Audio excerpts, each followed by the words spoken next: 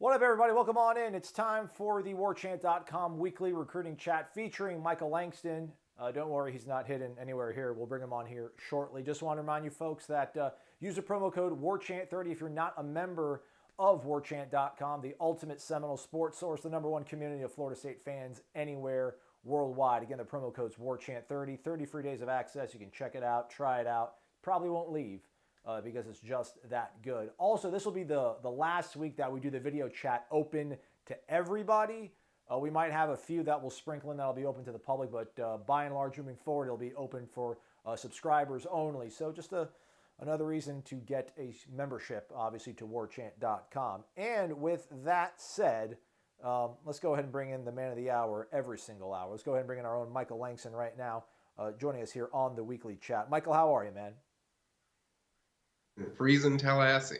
It's pretty good. Yeah, man, it's good to have you here, man. So let's get this thing started off right now, man. We're not going to do a lot of team discussions in terms of who's on the team now, who's transferring, who's coming in transfer-wise. Maybe a couple of offensive linemen Mike will give us some insight on, but otherwise we're going to focus mainly on just the recruiting class itself. So with that said, I guess let's start from the top and work our way towards other parts of the program right now. I know everybody wants to know about offensive line, but let's start with quarterbacks right now, Michael. Last time we talked, it sounded like there were two targets, at least on the high school prep level, that were starting to come into focus for Florida State. Is that the case still right now? Yeah, it's still the same. Lance Legendary and you have John Plumley. They're going to see both of those kids this week as far as visiting. I think the coaches are going to see Lance on, I want to say, Thursday. And then I think they'll probably see John on Thursday as well, sometime during the day. But I think those are the guys they're focused on. Lance is visiting, as the big news, visiting officially to FSU on the 25th. And then John is visiting on the February 1st. So to get a chance to impress both of them, I think they would definitely take both guys in this class if it comes to that. So it's not going to be a thing of we like one or the other. It doesn't matter. They would take both of them from what I hear. So, hoping to bolster that quarterback position. In your opinion, Michael, is it a 1A, 1B kind of thing between those two guys, or are they pretty much on the same sort of pedestal when it comes to the way that this coaching staff has evaluated them? I think as a staff as a whole, they're kind of split. Some guys like, I think, John a little better. Some guys like Lance. I think the majority of them probably like Lance better. He can, he fits really well. I know Browse really likes him a lot. I think Browse actually likes both of them, but I think he really likes Lance a lot, just how he would fit into what the system he's going to run. A lot of RPO stuff. I think he's comfortable with that. And I think John is as well. But I think if I had to pick one, I would say slightly with Lance. But I don't think, like I said, that's a real question because they're going to take both. If they weren't taking both, then it'd be a good discussion. But I think the fact they would take both tells you that that part doesn't matter. I mean, I think John runs the ball better as far as the RPOs and that stuff. I think John does that better. But as a passer, ball placement, that stuff, Lance is a little better than that. So I think either one of them will be a great fit for FSU, and certainly they're pushing hard for both these guys. Do you feel more confident about one of those guys being in the class over the other? I know you said they're both, they're both takes for Florida State, but do you think they're maybe in better position, or one of them is more likely to end up in Tallahassee than the other? I feel more comfortable with Lance. There's a long relationship there. Lance, we know how Lance feels about FSU. He's very high on them.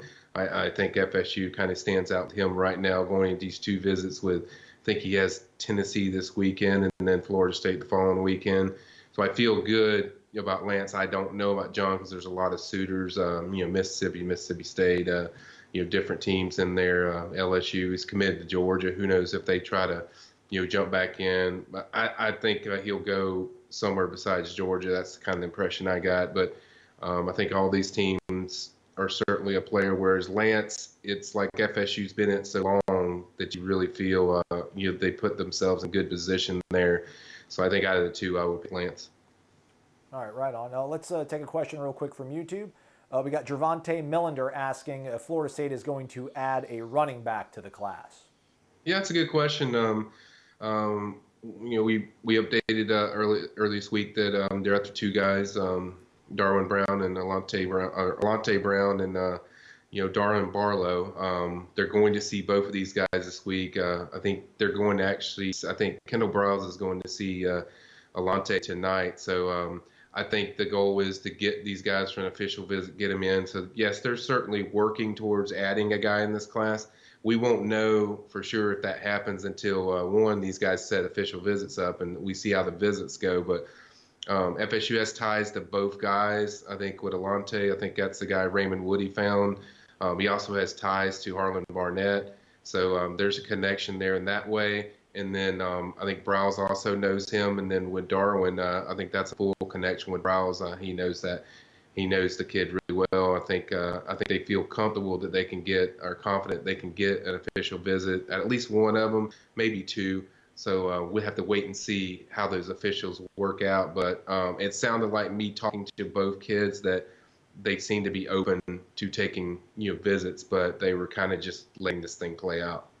All right. Let's talk more about skill position guys. I think last time we talked, the whole R.J. Henderson,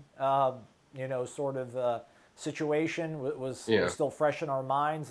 That's obviously a fluid situation, or things have sort of firmed up with him in Florida. It sounds like what's going on with the wide receiver position right now at Florida State, and who are some of the guys that maybe are trending well right now for the Noles, and maybe some guys we haven't spoke about previously?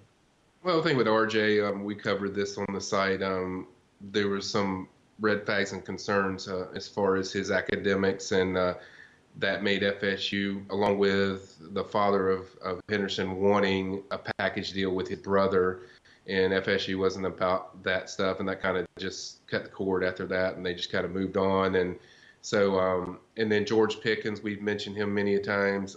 Here, there's kind of academic questions as well there. So that one's kind of another one where I don't think they're going to push at everything they have. I think the one guy that they'll definitely push for is Jonathan Mingo out of Mississippi. He's committed to Ole Miss. He's going to visit Mississippi State. I think he's already visited.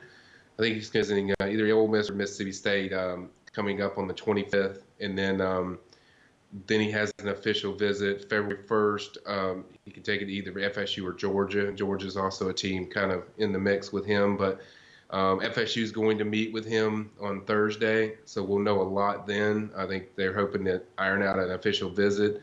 I'll give it a 50-50 shot that they get an official visit. Originally, Jonathan had told me that he was coming there on February 1st, but now there's a little competition, so a little competition to see who get that visit. I've heard he might take a midweek visit too, just to take just unofficial one somewhere if he needs to. But so that's a possibility for either Georgia or FSU. But I mean, I slightly lean towards FSU getting that official because they've been on him a little bit. He likes David Kelly.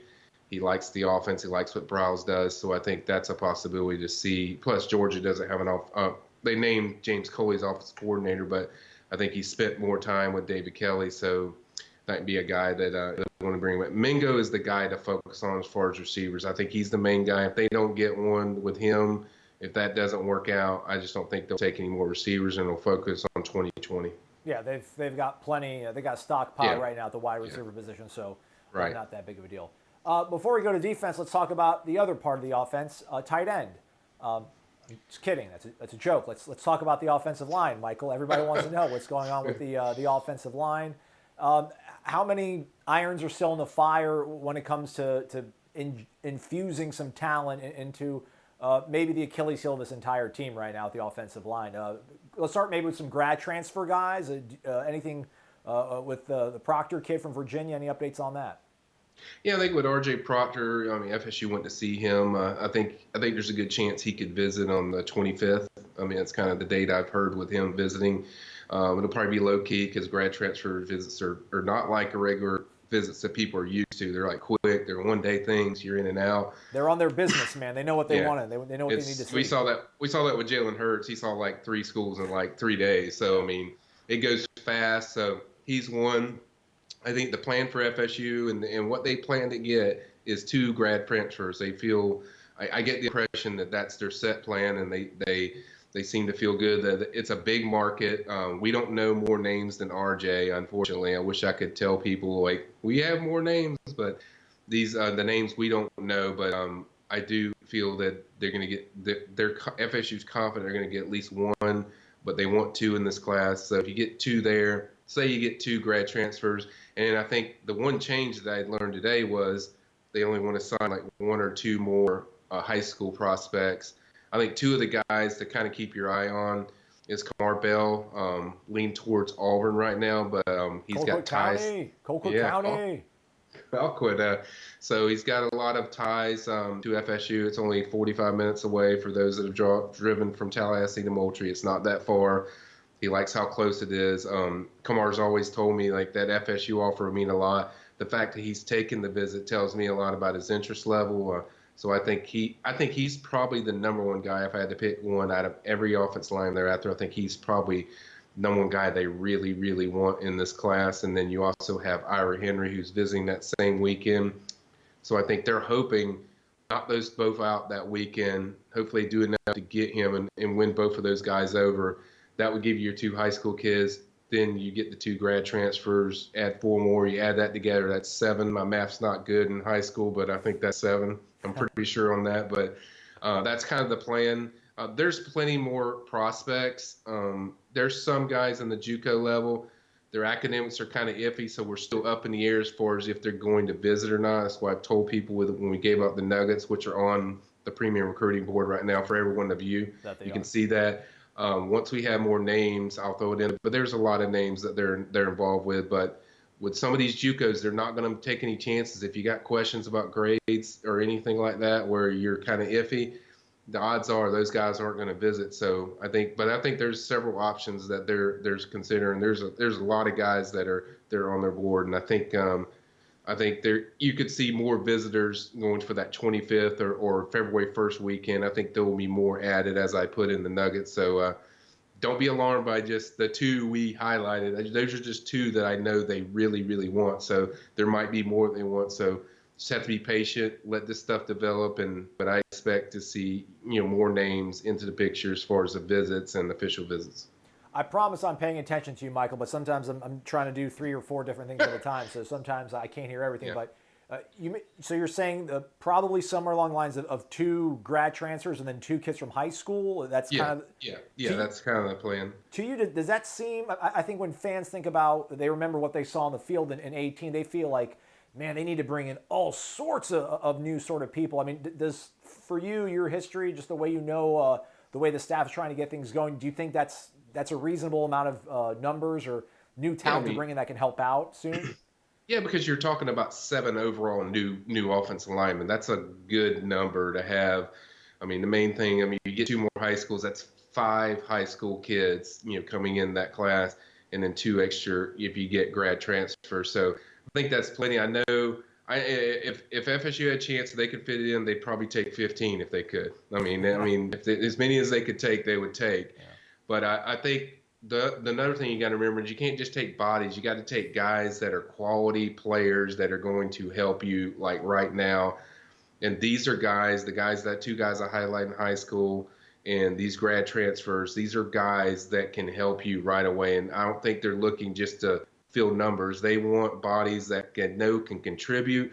These guys can play at FSU and play at a high level. And I think it tells you about how serious they are about the details of getting the right guy, not just fitting the numbers in perfectly. They want to make sure they fit the right person in there, the right player, so they can turn this mess around, which is the FSU offensive line, and get things going. And they also have a lot of options as far as you got Dante Lucas coming in, Maurice Smith's coming in, you got Jay Williams coming in, a JUCO guy that could contribute to help you out.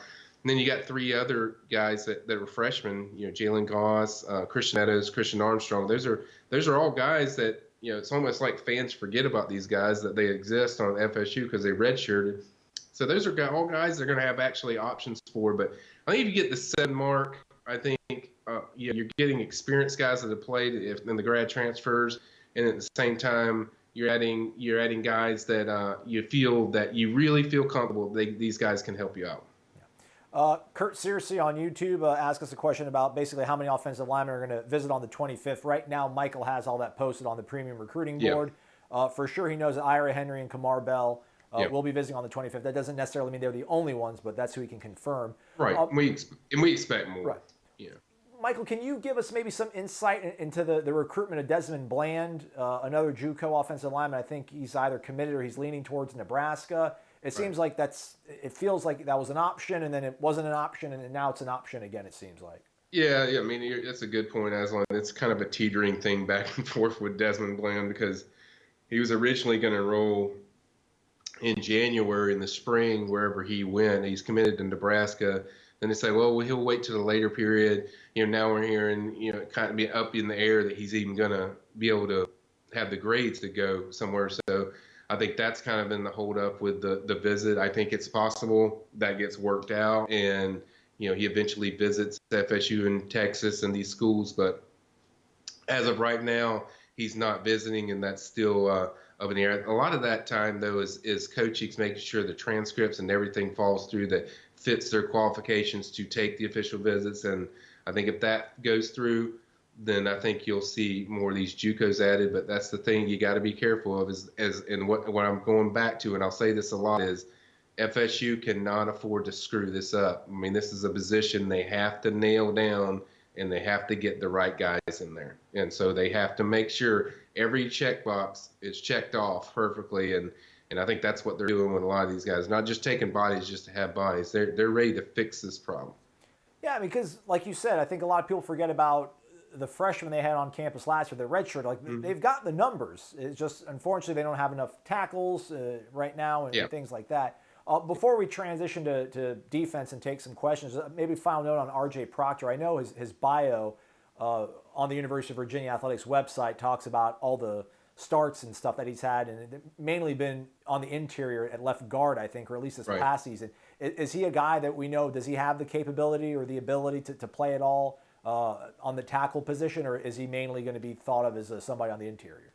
No, I think he can play tackle or guard. It just depends on when if he does pick FSU and he gets there, then they kind of feel him out of what place is best. I mean, it's like, we've seen, Lander Dickerson when he got here, he's a guard all the way, but he's played offensive tackle a lot of his career. I mean, if he's talented enough, it seems like he has a foot speed and the wingspan to handle that position on what I've seen. But, we'll just have to see if he goes to FSU. But I definitely think he could play that position if they need to. It's not like it's not going to happen, him playing on the outside. So I think it's still up in the air what position he would actually play if he did end up at FSU. Okay. We'll dive back into some of the targets that Michael's got focused on defense. We'll take some of your guys' questions right now off of YouTube. Joanne, a friend of the program, Warchant subscriber, asks, Mike, that linebacker Asante has his offer. Would Florida State take both him and Cooper now that White is gone? I guess he's saying Zaquandre White. So yeah. They would only take one linebacker. Okay. That's their plan. That could change. Obviously with their numbers, that could change. But I think they've always wanted 4 linebackers in this class. The reason they're bringing them in both the same weekend is they don't want any surprises. They feel like they can get one of these guys. I think Shimon Cooper's is the guy that they feel good about, but they also feel good, kind of how things are going with Asante. So, they want to bring him in both, and it's like, hey, if one wants to jump in and the other, they're not going to wait around a long time for Shimon, even though I think he's the top guy. You're not going to wait around. So you're going to get. I think they're going to take one of those guys, and I think you probably will see one of those guys in this class, and that's at least the expectations of FSU, and that's kind of what I expect. I think they're going to get one of those guys, and both of them are ultra talented. Shimon's probably a little longer wingspan, and but both of them fit exactly the type of linebacker they want to finish off this class, because they've already done a tremendous job with the 3 guys they already have. You got some really good linebackers coming in. They've signed already, and signing 3. So I think this would put some finality to it. I think in a perfect situation, they'd love to take both. I think they would do that in a heartbeat. I just don't think the numbers right now that they have enough room to do that with the other positions they still have out there. All right, I'm going to have to take a chance here and trust Ronye Cooper. I think he also listened to Wake Up Warchant as well. Remember, I know the crust of the recruiting, the mantle and the core. That's Michael's foray. He's asking about, does Florida State have a shot with Jamario Holly? I've never heard of that name. I don't know if you have either, Michael. That's a new one to me. I don't know that one. I Okay, mean, you I can don't punt. know. You can find it. You can punt, man. It's fine. I'm not I expecting don't you. know. I mean, I just don't know that one. I've just Yeah. kind of been so locked in on the guys that I know for sure. That could be a name that they look at, but I mean, that's not a name that I know off the top of my head. I got you. Fair enough. Fair enough. All right. I will do some research on some of these other players, so I don't ask about guys that maybe aren't even on Florida State's radar. I know a lot of folks obviously follow the recruiting that's going on in their state and what they see on other websites and stuff. So Hmm. they see a good kid and they figure the Florida State's involved or can get involved, but it sometimes doesn't work that way unless you're Jaden Woodby, and then you tweet out, "Give me an offer," and then you get an offer and you end up in There you Tallahassee. go. Let's Yeah. transition now, I guess, to the defensive side of things, Michael. And one of the things that I'm kind of concerned about when I'm looking at the team going into 2019 is just where are they going to make up the production for Brian Burns leaving? I mean, I feel Yeah. good that maybe, I guess, Dennis Briggs and Xavier Peters, those guys being fresh and rotating might be able to help. Who Hmm. else is out there right now on the defensive line, at least in terms of pass rushers, maybe some outside linebackers, the Florida State's in on right now? Wait, you have Quayshawn Fuller who's committed. He's coming in on the 25th for a visit. I'm confident they'll keep him. I think the main guy to keep your eye on that you need to know is Charles Moore. We listed him. I talked to some people last night that would know, and they told me he's still confirmed that he's coming on the 25th. Odell Higgins is going to visit with him on Thursday. He's the guy they really, really want in this class. We mentioned Jaquez Sorrells, but he's also in that questionable academics and grade department, so I don't think FSU is going to push there because of that. So I think Charles Moore is the guy to lock in on. They might have other guys that I don't know about, but right now I know Charles is the focus of uh, their attraction.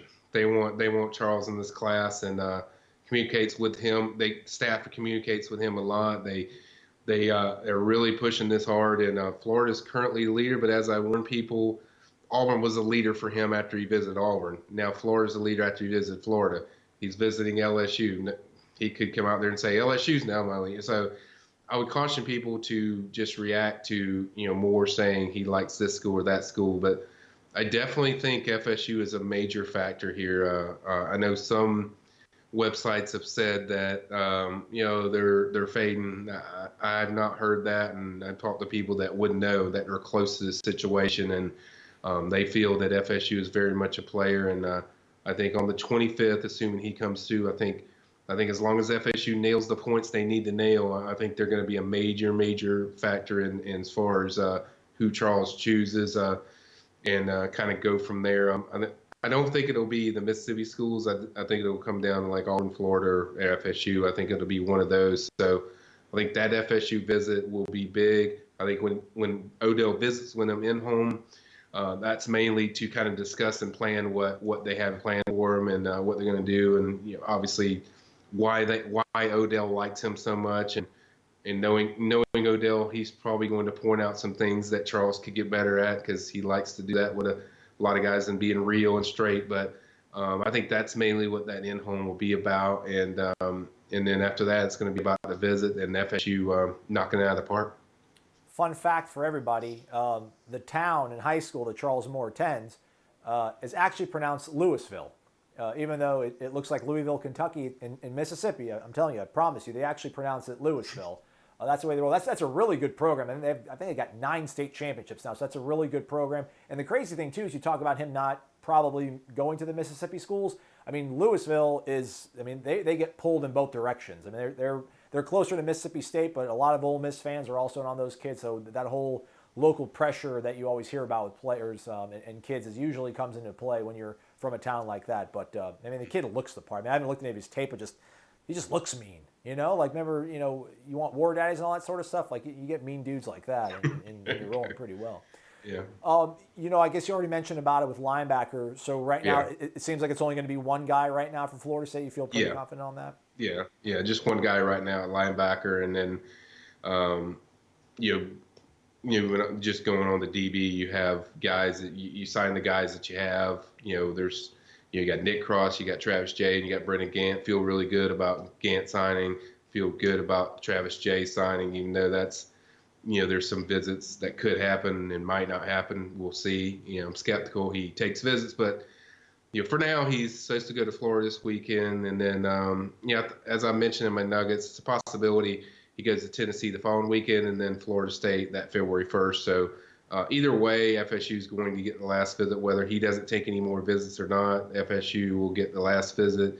Still feel confident he's going to sign. And then with Nick Cross, that comes down to, as I said many times, how much their parents put the foot down. Like, we are not going to let you go to Florida State. That's the only way I think he doesn't go to Florida State. He's set to visit Penn State, but I've heard that's not exactly all the way set in stone, so that's still being discussed with the family.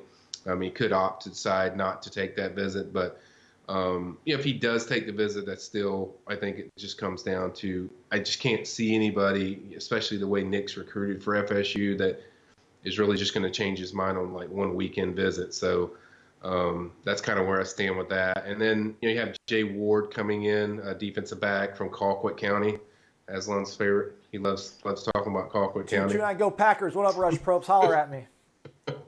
Yeah, so you have him. Now, he's a possibility, too. They really like him a lot. They got a relationship with the family, so there's a strong connection there. LSU is leading, but FSU's pushing hard. So if somehow Cross did somehow go out, I think that's why he's coming in, to make sure that you have options. And I think he's a guy that I think they could pull, even though LSU leads. I think FSU is a major factor. So that's kind of with your positions where they stand right now. And then at kicker, Ryan Fitzgerald. Everyone loves the kickers. Yeah. He's the best in the country that I've seen. I think he's coming in on the 25th. FSU likes him a lot. Baylor's pushing. There's several other schools that are pushing. He wants to be at FSU. He has a gray shirt offer from FSU. He wants the full offer. If he gets the full offer, he will sign with FSU. I feel confident saying that. That's what we're waiting on. I'm sure he's hoping to get when he visits on the 25th, or if he visits on the 1st. But I think he's going to visit on the 25th. But whenever he visits, if he gets that offer, I think he's going to be a Seminole. So that's really what I'm looking for. All right on. Michael, I saw a tweet out there that I'm from Pinellas County, which is like Clearwater, Tampa area. George Campbell, who's now in the portal, but we won't get to that, went same high school as I did. I saw Willie Taggart was at Largo High School, and growing up, Largo was not good at all. But I think they've turned the page here in the last few years. Do you know who Willie was visiting down at Largo High School outside Clearwater? Yeah, he was there to see 2020 athlete Jayon McCluster. FSU. I don't want to walk into 2020s, and I just walked right into a 2021, man. He's been there for they've been on him for a while. People probably remember his, I think, cousin or brother, Dexter McCluster, that played at Ole Miss and then in the NFL. So I think he has relation there. But either way, FSU's been on him hard. I think FSU stands in the perfect position right now, the leader. I think they're the favorite. He's coming over for the junior day. Wouldn't shock me if he jumped on board then. I know a lot of the schools are after him, but I expect Willie to do some stops in Tampa, St. Pete, any places around the Tampa, Clearwater, those areas. I think Willie will stop and see, just check out junior state just to see if they can see him. Obviously can't talk to him, but they can see him, and the fact that he can get his eyes on them and get there and just and to see these guys. But I think that's kind of what you'll see a lot with Willie this week as far as just checking out some juniors but Largo, don't sell Largo short, Aslan. That area is blowing up. There's a lot of prospects coming out of that central Florida area and Largo and Clearwater and those areas. So it's getting strong. There's going to be several guys at FSU wanting to get in this class, in the class, and in the next class. Right. I mean, that's Willie's neighborhood, sort of. I mean, that sort of Suncoast area. I mean, just the crazy thing for me, Michael, is you covered high school for so long doing Florida varsity. In the Florida preps. Like, when I moved to Mississippi and I moved to the Jackson area, I was just shocked at the amount of money, a state like Mississippi that's not one of the more wealthy states in the union pours into their high school programs. And then back home where I'm from, we're all county schools, and, we got really small, stadiums. Our weight rooms aren't that impressive. And it's crazy now to see that area that does have good athletes, but no one ever really went that big time. I mean, I can't think of the biggest football recruit. I mean, I guess maybe that Mason Cole kid who went to Michigan was maybe the biggest one at Pinellas County in the last. Artavius Scott's from there. He's a wide receiver at Clemson. Yeah. He had a really good career there. So George Campbell's from there too, but that hasn't worked out too well so far with FSU. But there's been some good players. Jordan Scott, he plays for Oregon. He's been a big part of their defensive tackle. So yeah, that area has gotten stronger and stronger. And you're probably right that back then there wasn't a lot, but now I think the last 2 or 3 years that area has been pretty good. I mean, there's some solid talent you can pull out of those areas, and I think it's only getting better. I think we're seeing more young guys, getting that FSU is going to be in the picture for that is from that area. I think they're going to hit that area hard, and that's why Willie was there. The fact that Willie was there tells you a lot about what he thinks of that area. We had a question from somebody on the chat. I went ahead and ran the name just to make sure I knew it, and it was in your Nuggets, so he's a legit guy. And I know we Okay. already touched on offense, and we're kind of jumping back and forth. Feel free to leave a question on the YouTube chat. Michael will get to it if I get to asking him the question. But Darius Washington, I don't know if you mentioned him earlier in the program, but what's the latest on him, an offensive tackle out of Pensacola who's currently committed to Mississippi State? Yeah, he's from the same school as Keyshawn Helton, in West Florida. He's a guy that is committed to Mississippi State, but I think he prefers FSU Flyers. I think he's a guy, and I pointed out in my Nuggets that he's a guy to watch. That if he gets an FSU offer, I expect him immediately to set up an FSU official visit, and I think they'd have a good chance of getting him in this class. And it seems perfect that he would be a guy that they certainly go, and he might be one of those guys that I've been mentioned that could be added to this list. He's a guy that I like a lot. Very good tackle, uses his hands well. Footwork's pretty good. Technique could be cleaned up a little bit more. He's a guy that I think would fit exactly what the new staff wants with the offensive tackles. He fits that frame and body build and technique and athletic ability. He can do all those things. So I think he's a guy to certainly watch. Nothing's happened yet. We're waiting on that. I think really it's just about the offer. If he gets an offer, I would say look out. That's the time to look out. But until he gets an offer, I just wait. Whole pattern. But he is a guy I'm monitoring pretty closely. Side note, there's actually a function on YouTube, Michael, called I can put people in timeout. There was somebody spamming the boards, and I'm like, I'm gonna put him in timeout. Booted him out there, clean all of his messages off. So we're back up and running here. Michael, I want to ask you something here. Just in terms of, a lot of fans right now are kind of anxious about the fact that Willie hasn't rounded out his staff yet. Yeah. Has that had any sort of impact, you think, on the recruiting ever since the early sign period stopped? Or does it feel like Florida State has been able to get some momentum from that early sign period and keep it going despite having some uncertainty on the coaching staff right now? Well, I think they've had some momentum. I think they've had some momentum as far as the Under Armour game. That gave them a lot of good boost with all that stuff. But I don't think the lack of announcing the coaches have really hurt them that much, because I think a lot of the guys they've already targeted, they knew who they were target and all that stuff. So I think that part is good, but it could give you a boost on guys that are considering guys like Mingo, that kind of stuff would help, or not necessarily in Mingo, but I'm just saying guys like Mingo that are kind of new radar type of recruits. So I think it hurts when you don't have these guys in here where you can do more. It doesn't hurt them per se if you're going to get the guy or you're not going to get the guy. I think it would benefit them if these guys were announced, but I don't think it's like hurting them on the recruiting trail or anything like that. It's I think they've stayed ahead of everything. Things are going positive, so I don't think it's hurting them. All right, fair enough.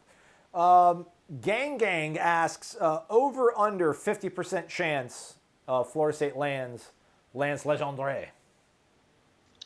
I would say above 50. All right. Okay. Above 50. Like that. All I would right. say I feel I would. People know me. I do not do percentages. But if I had a percentage, it would be a good solid amount above 50. Okay, we like that. That sounds good. We got a question here from CGJ0198. Have you heard any feedback from coaches in the high school ranks or any recruits about Kendall Briles? It's a little early for that. I haven't heard anything negative. Heard that a few coaches have told me he's very energetic. They like him. He's very personable, connects well with players. Really good eye contact. Really knows ball, as the coaches say. He knows X's and O's. He knows all this stuff. He's very positive influence to be around. Just for the limited guys I've talked to about him, I think they like him. kind of guy that just is you feel very comfortable with him. He doesn't push himself on you. He's not like his personality overwhelms you or anything. I think that's the kind of responses I've gotten from high school coaches so far. So it's been positive, but it's a little early for that. We have to see more places he's been to go from that. But I can tell you that Jonathan Mingo was pretty impressed by him. He likes what he's hearing, as far as what you talk to him. It's like he knows his stuff, and seemed to be a good relationship already there. So I guess that kind of tells you a little bit about Briles. So but we'll have to wait and see, learning more about from other prospects. Michael, I'm trying to keep the Wolves at the gate, but they're pushing me forward, man. They want to know about the future. They want to know about like 2020. Is there a quarterback or two that seems to be a focus, or maybe one of the top guys on Florida State's board when it comes to quarterbacks for 2020? That's the one position. I mean, I'm going to do a hot board after. I'll have it ready. Don't worry, guys. After National Sign Day, so it's going to pop right after National Sign Day. Quarterback's the one position I don't have a lot of strong candidates for yet. Obviously, 2021, we know that's Shadir Sanders, Dion's little kid. Really good quarterback. That's the guy I think they're going to push for. Now, to 2020, you have Malik Hornsby. He's a guy out of Texas. Briles has a connection with him. He's a guy to watch. There's a few others, but we're not going to hear a lot of serious names until probably right after signing day or near signing day. I'll probably have like 5, 6, 7 more names by then, but usually doesn't pick up for the quarterbacks until then, and then that's the kind of prime time for the quarterbacks is usually right in that February area or late February. That's when we really start getting names where they start. But I think a lot of these guys they've already worked on. It's just we don't publicly know about them until till then. So I'm expecting to know by late February. I think we'll have like 4 or 5 to 6 names. And I'll be able to give you a full detailed breakdown of those guys. All right, right on. Let me see. Somebody had a question here. That one of these weird questions that when people ask about. Joseph Arnold asked us a little bit previously. Will Florida State grab any last-minute surprise signees this year? And I know that's such a vague. What constitutes really a surprise? I mean, I don't like Keyshawn. Did Keyshawn Helton count as a surprise? But I don't. Have you maybe seen anything from one full cycle now with Willie? I guess maybe Keyshawn Helton. I mean. Do you see Willie as one of those guys that's always going to have some sort of good backup plans that maybe won't be on your radar, but will be something they can pursue at the last minute? Well, we've always already seen secondary options. He did that last year with Keyshawn Helton, and there's a few others that they went after. I mean, Anthony Grant ended up at FSU. We didn't even know that was going to happen. We thought he was going to go to Tennessee or something. So a lot of times we don't know. There's guys like that. I think if I was going to pick one. I guess the guy to keep an eye on is Charlton County in Georgia, Raquan Anderson. He's a wide receiver. He's short, 5'9", but this guy's a blazing athlete. I know I've talked to people close to him that if FSU called like on the day of signing day, he was committed somewhere, he would commit to FSU and sign with FSU. Like that's how much that kid wants FSU. So he's a name to kind of remember in the last second. Might get that with Ryan Fitzgerald at kicker. Might not get that until the final day or final days.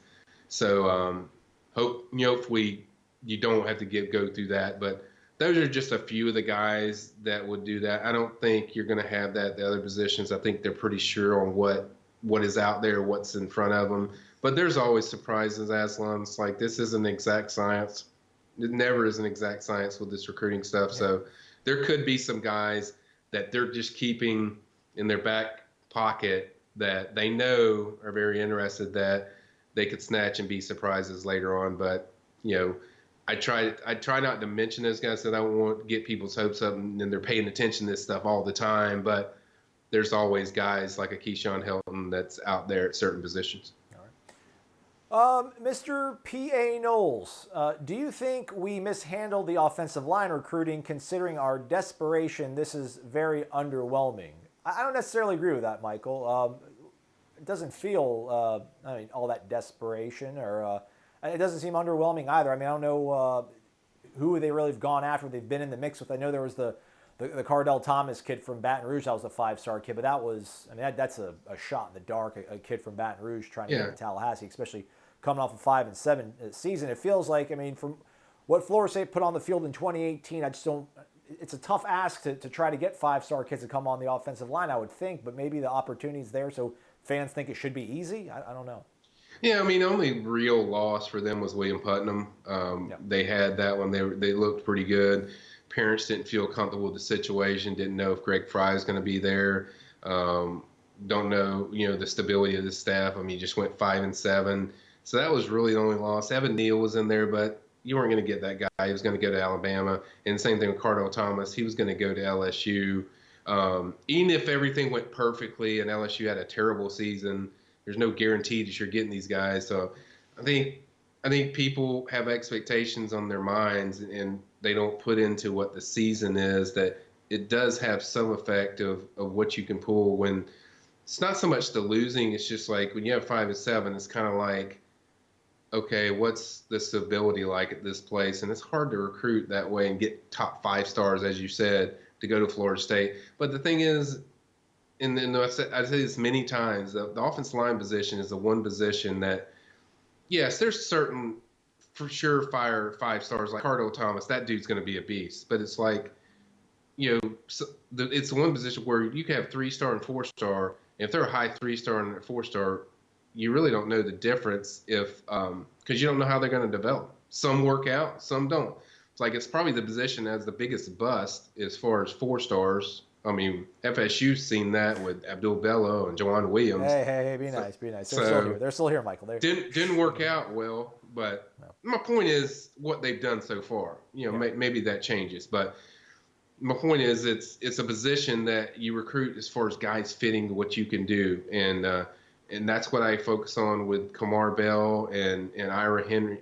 Those guys, you get guys that can fit your system. FSU's got some uprising redshirt freshmen there coming. They already have Dante. People forget about Dante Lucas, already enrolled at FSU. I think he's going to be a monster on that line. So I think you gotta set your expectations realistic too. That those guys you listed, they didn't get 5-star. Yeah, but they weren't.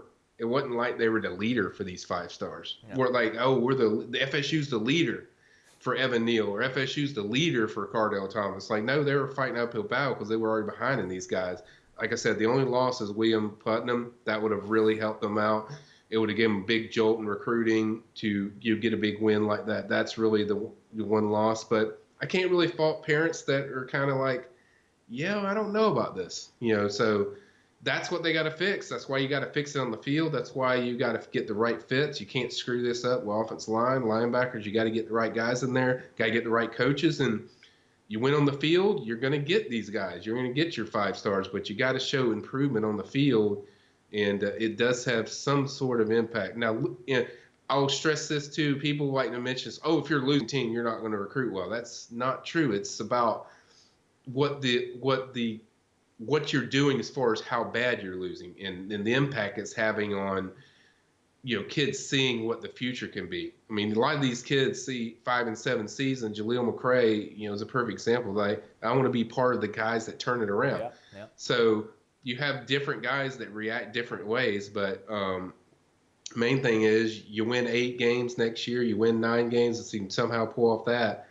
You're going to get back to the guys that you're used to for PA Knowles. You're going to get used to getting top-level, high-level recruits into FSU. But this is a season that I pointed out well before it started that they're going to have to scratch and claw for all these guys, even the guys that they have committed. That's just the reality of the situation. When you go 5-7, that's the reality.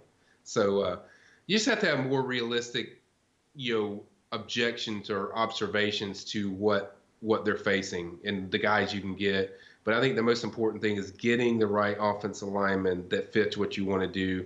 And if they do that, you're not going to have to worry about getting 4 or 5 stars. You're going to get those guys.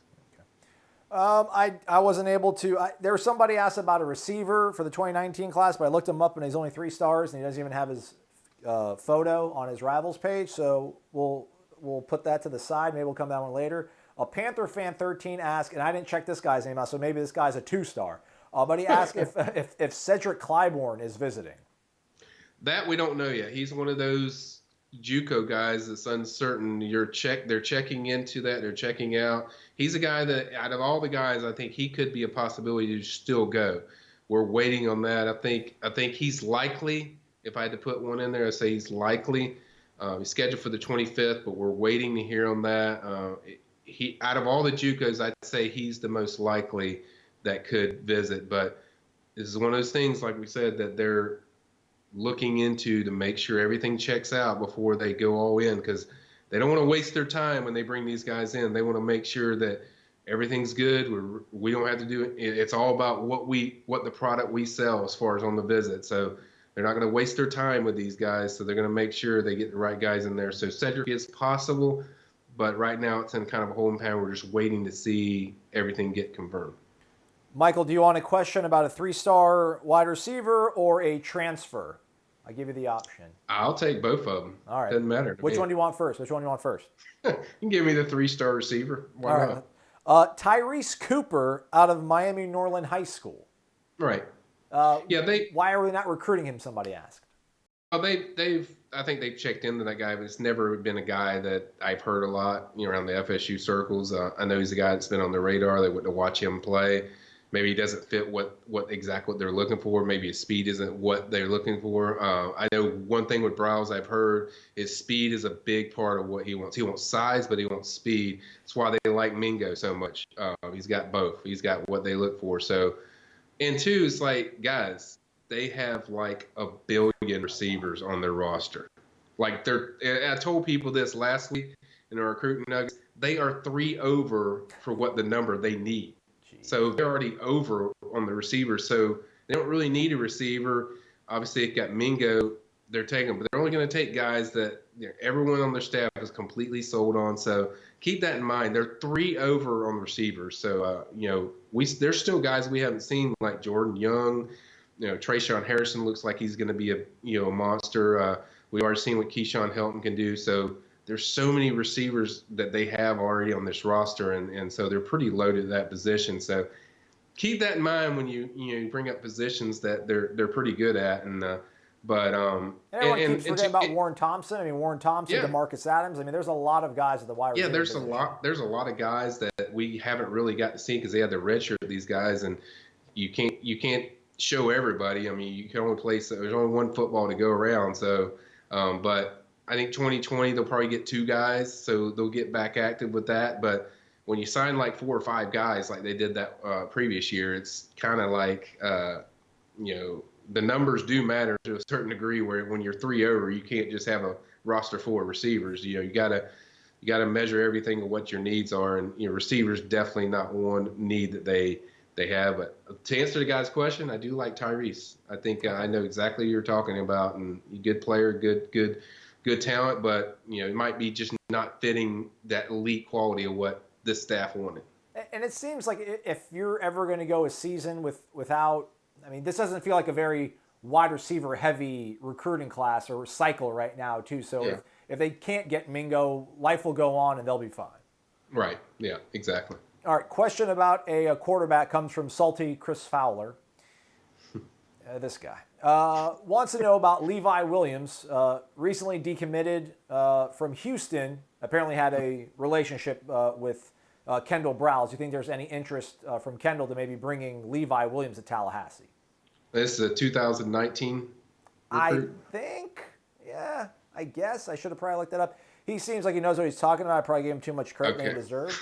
Okay. Well, if he's a recruit, then yeah, it's possible that's a guy that they go after. But if he's a guy that's currently on Houston's team, they already have. He's a 2019 kid from Smithson Valley, Canyon Lake, Texas.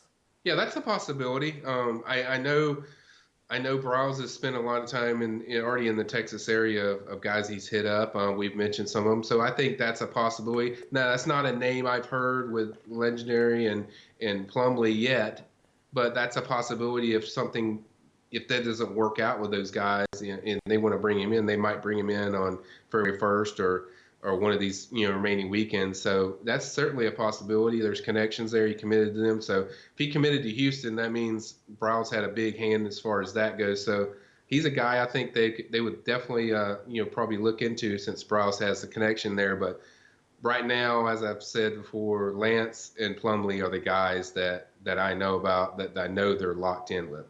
Okay. We got a question again from Ranye Cooper.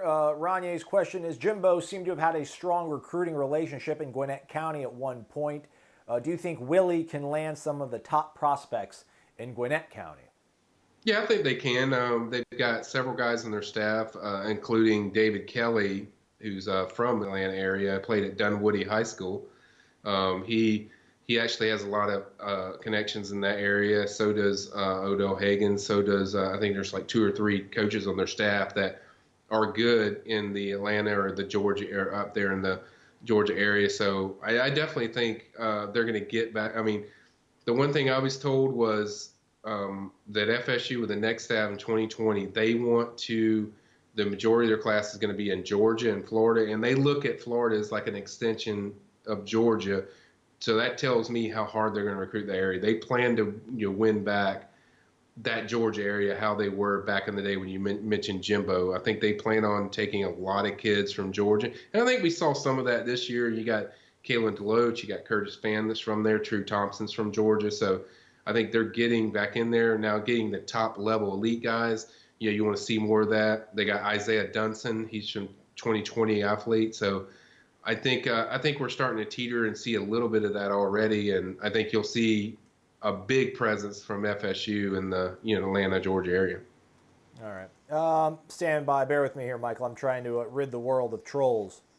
Okay. Oh my gosh, these people are the worst. Like, you're supposed to pretend that they don't exist and they just go away. But unfortunately, it's not that easy. By the way, not to impinge on your turf here, Michael, but I know some people in Texas, so I've reached out to them to see if they know anything about the Levi Washington kid. If I hear back in the next 10 minutes as we wind the show down, I'll be sure to relay things over to you guys. Hey, I'm trying, man. I'm trying. Look at you. Try, man. Let's see here. As of right now with Florida State, this is a good question. Comes from Joanne again. With Florida State, let's just say they finish with who they have committed right now and obviously who they signed in the early signing period. Who would you think is the sleeper kid? I mean, who's the kid that we're not talking about kind of under the radar? Joanne says he thinks it's Brownlee or Green. They got overlooked because of their stars, but he thinks that they're really good players. And maybe if not, True Thompson is his sort of sleeper guy. Who do you think? Kayvon Glenn, linebacker. Okay. He's a guy that I really like a lot. I didn't know a lot about him until I did some study. I watched 2 game films. Took me a while to watch it, but he's a guy that really caught my attention. Very, very active linebackers. He is an incredible fill the gap type against the run, and also you can put him in pass and he doesn't look uncomfortable. He's a guy that not a lot of people talk about, but he's a guy I like a lot. I think he's probably one of the biggest sleepers in there. I don't really mention Brownlee because Brownlee's a 4-star DB. I would say Malcolm Ray. He's one to watch. That's another sleeper that, one of the best players in Dade County. You're one of the best defensive players in Dade County. I think that says a lot about your skill set. So I think he's a guy. I think those 2 guys, as far as picking sleepers, they would be my sleeper. Okay, all right. I blocked the guy, by the way, everybody. I kept hitting remove, so I was just deleting his messages, but I finally booted him out of there. There you go. It took me a while it's to figure fun, this isn't it? all out. All right, we got some other questions starting to percolate through here, Michael, as we're going to wind things down to 9 p.m., top of the hour here on the East Coast. Will Brookerson asks, if Florida State misses out on Plumlee and Legendre, does Peyton Machota out of Houston possibly get a look? That's the most popular quarterback on Warchant. I swear that guy is popular. I don't know that. I've heard that he's on their radar. That I know. They know about him.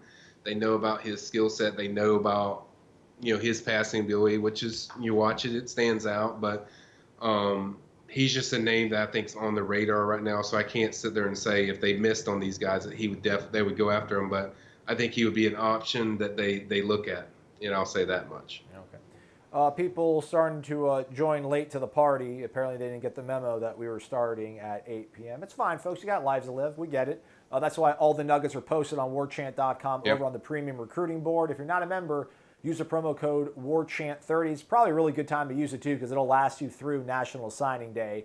And at that point, we'll have the hook set on you, and then you won't leave. And you'll just keep giving us all your money. And it's great. Feels really good. Let's see. One of the questions that we have here, people want to catch up on the quarterback. So what's the latest on John Rice Plumlee out of Oak Grove High School in Mississippi? That's the Hattiesburg area, Hub City. Obviously, he's 1A and 1B with Legendre there, right, Michael? Yes, they want both of them. That's kind of the update. They want both of these guys. I feel good about their chances with Lance already. I think with Plumlee, I think he's intrigued. He's excited. He likes Browse. I think that's clear. He's going to visit on February 1st. The fact that he's visiting tells you all you need to know, that he's very interested. He didn't going to waste a visit just to go see somebody. So I think he's very, very interested. I would say I think Lance will be, it looks really likely. And then we'll have to see with Plumlee. But certainly having these guys both locked in for official visits, I think that's a good sign for FSU to have a chance to show them what FSU is all about and show them that how much they needed and what ways they're going to be used at Florida State if they did decide on the Seminoles. So I think both of them's good news in the fact that you already have official visits. And as I said earlier, they're going to do in-homes with these kids both this week. I think Lance is going to be on Thursday, and I think probably Plumlee will be late in the day on that Thursday or early morning. But either way, I think they'll both probably get visits on Thursday. Okay. Tony Cleveland asks, why do the kids seem to drop stars when they commit to FSU? Is that still happening, Michael? I feel like that doesn't happen anymore, right? It's not a conspiracy. There's no conspiracy. Well, I think people have selective memories on certain guys, and they remember the ones that FSU and their stars drop for certain guys. So I think everyone thinks there's a conspiracy from rivals against FSU guys. But, I think, we've already seen that, guys that have added stars, that have been committed. Keem Dent was a 4-star, went up to a 5-star. He's still a 5-star on Rivals. I think Kalen DeLoach was a 3-star. He moved up to a 4-star. Now Kalen DeLoach is a Rivals 250 kid. Yeah. Travis J was a 3-star to start off with, got to be a 4-star. Now he's a Rivals 250. So I think it's selective memories of what you want to remember. And you always remember the bad things. Like when somebody drops your star, you're kind of like, well, what do they have against us? Like, what's the problem? And I think it's just, the main thing I can sum it up is people are going to have different opinions. Like, we've seen that with the rankings. Like, ESPN dropped Akeem Dent from a 5-star. What? For some reason. So people are going to have different opinions on stuff, and you just have to understand that these are opinions of people, that people are going to have different views. But the bottom line is, I always tell people this, it's like, I know we're in the rankings business and everyone's focused on the rankings, but just trust your eyes or what your eyes see. What your eyes see, that's what I do. I trust what my eyes see, not what ranking I see. But I don't think there's some conspiracy against FSU. There's a lot of schools that have kids that lose stars, but Alabama isn't one of them, but Alabama's Alabama too. So, I just think you need to look at it, objectively, that this happens to a lot of schools. So I don't think they have anything against FSU. I just think they're giving an opinion that's different than a lot of people. So kind of keep that in mind, I guess. All right. We'll offer up a last call. The best question I'll ask Michael. But before we get to that, Michael, in your opinion, is the 25th going to be like the big recruiting weekend for Florida State, or do you think it'll be that final Saturday before signing day will be the bigger recruiting weekend?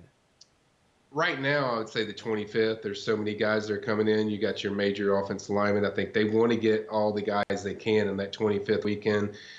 I hear there's a lot of FSU guys that signed they're not enrolling until the summer.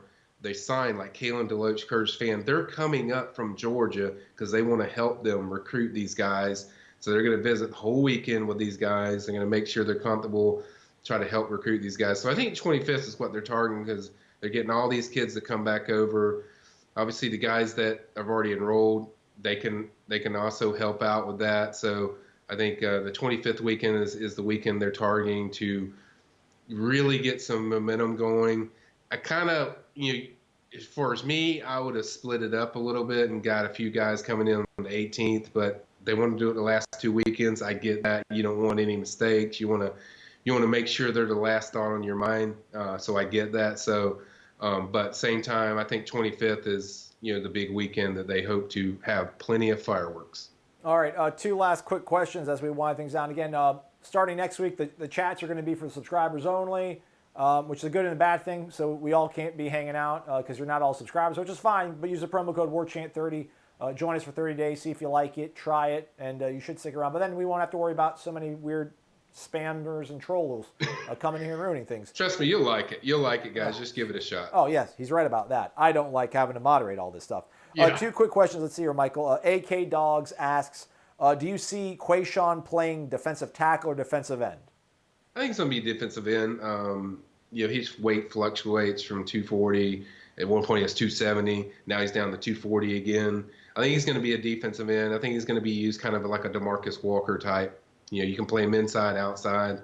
But I think he's going to be used in different spots. But I think he'll be listed as a defensive end. So he'll be an end that you can use. And, if you're going with 3 linemen or if you're going with 4 linemen, he'll be in there. So I think he's a guy that he will be listed as a defensive end. That's going to be his main position. But he's kind of being used a little bit all over.